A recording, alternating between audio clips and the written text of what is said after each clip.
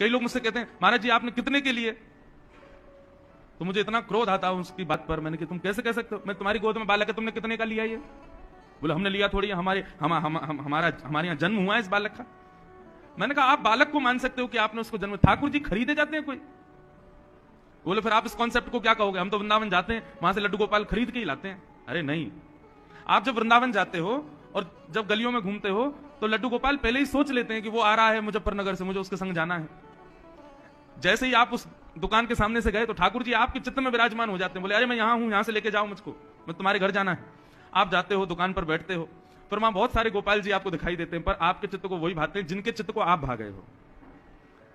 तो फिर आप कहोगे तो फिर पैसा क्यों दिया हमने दुकानदार को? पैसा इसलिए दिया, बोले हमारे चित्त आपके पास इतने दिन विराजे रहे, इसकी न्यौछावर रख लीजिए। ये तो हमारे ठाकुर जी जिस दिन इनका निर्माण हुआ ये उसी दिन हमारे थे, पर इतने दिनों तक ये आपके यहां विराजे रहे हैं, इसकी भैया न्यौछावर आप रखो और इनको हमको दो। मीराबाई का पद बहुत सुंदर है। कोई कहे महंगो, कोई कहे सस्तो, कोई कहे महंगो, कोई कहे सस्तो, माईरी ये तो आवत प्रेम के मोल रे। आगे से कोई पूछे आपके घर के ठाकुर जी कितने के लिए, तो ये पंक्ति सुना देना, ये तो आवत प्रेम के मोल रे, मैंने लियो री